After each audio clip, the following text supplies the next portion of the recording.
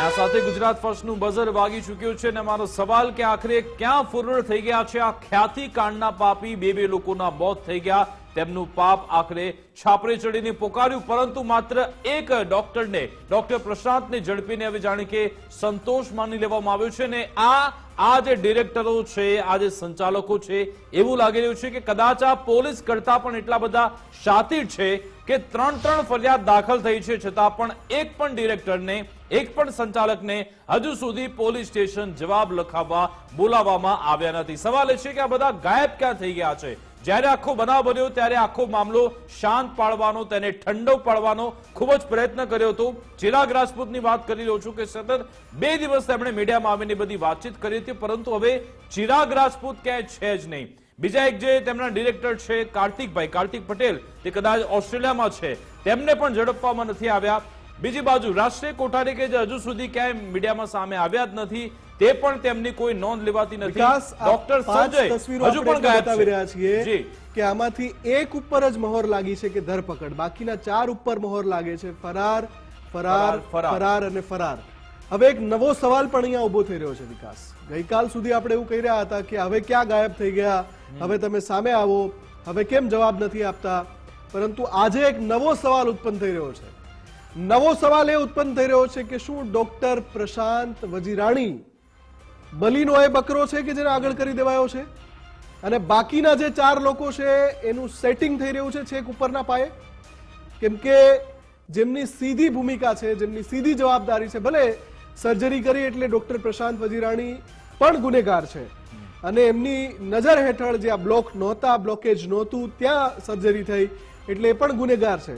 પણ જેમના કહેવાથી, જેમના આદેશથી, જેમની મરજીથી આ કાંડ ચાલ્યું ખ્યાતિમાં, સ્ટેન્ટ કાંડ, અને આની પહેલા પણ ત્યાં ચાલતું આવ્યું હતું, એમાં જે ચહેરા છે, મુખ્ય ચહેરા, અમે હંમેશા કહીએ છીએ કે મુખ્ય ચહેરા ક્યાં?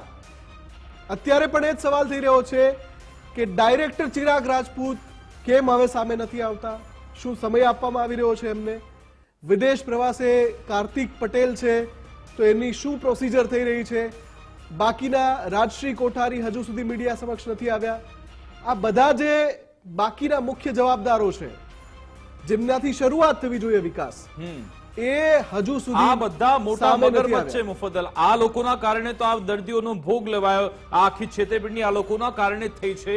અને જો અમદાવાદ ક્રાઇમ બ્રાન્ચ એક પોલીસ કોન્સ્ટેબલને જો પંજાબથી ઝડપી શકતી હોત તો પછી આવા લોકોને તો આરામથી તે પકડી શકે છે.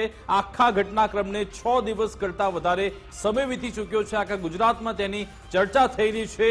આ લોકોના શું નિવેદન ના લેવા જોઈએ? એટલે જ સવાલ એ થઈ રહ્યો છે કે તમે ત્વરિત કામગીરી જે કરી, એક્શન લેવાના હતા, તમે મીટિંગ બોલાવી, આરોગ્ય મંત્રી પ્રવાસ ટૂંકાવીને દોડીને આવી ગયા ગાંધીનગર, અધિકારીઓને કીધું, કોઈની તો રહેમ રાહે આ જે બધી હોસ્પિટલ છે એમાં સવાલ કેમ ઉઠાવ્યા? સવાલ એટલા માટે કે આ બધાના એફઆઈઆર માં તમે નામ લખેલા છે.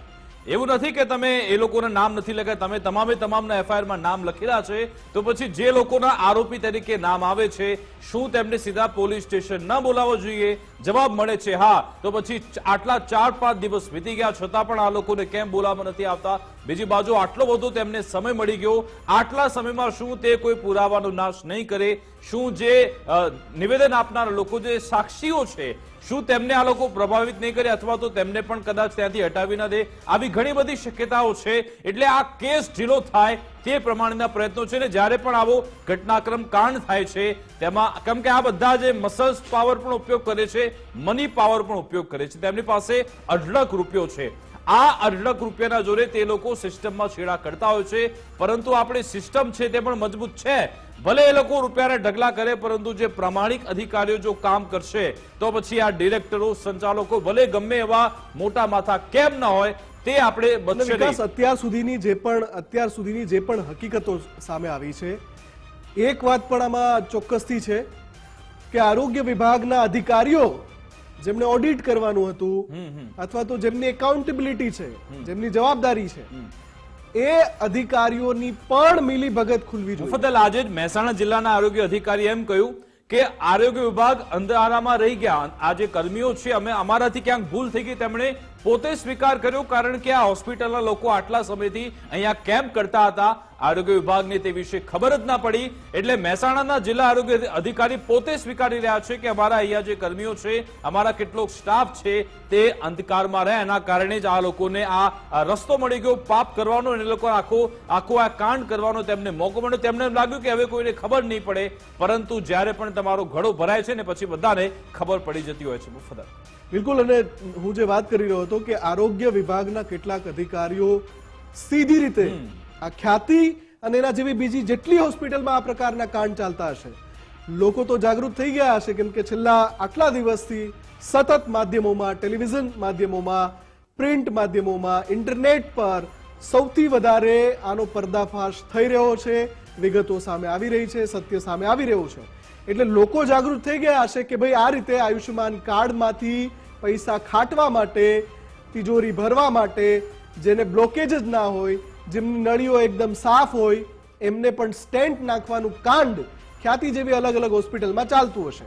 પણ સવાલ એ છે કે ખ્યાતિ અને એના જેવી બીજી હોસ્પિટલ કે જેના હજુ પર્દાફાશ થવાના બાકી છે, એને કોણ સપોર્ટ કરતું હતું? બિલકુલ, આપણે વાત કરીએ મુફદ્દલ, આજે ગુજરાત ફર્સ્ટની ટીમ પણ તેમના ઘરે પહોંચી હતી, અને આ દ્રશ્ય તમે જોવાનું, ચિરાગ રાજપૂતનું જે ઘર છે છેલ્લા 48 કલાકથી બંધ છે. આ આખું ઘર અત્યારે બંધ કરીને ચિરાગ રાજપૂત ફરાર થઈ ગયા છે, ભૂગર્ભમાં ઉતરી ગયા છે. પરંતુ સવાલ એ છે કે તમે તો વાત કરતા હતા ને કે ભાઈ તમે મીડિયા અમારા કામની વચ્ચે આવ્યું છે, આ લોકોને અમે બિનજરૂરી લાવ્યા નથી, એ લોકો સ્વેચ્છા આવ્યા હતા.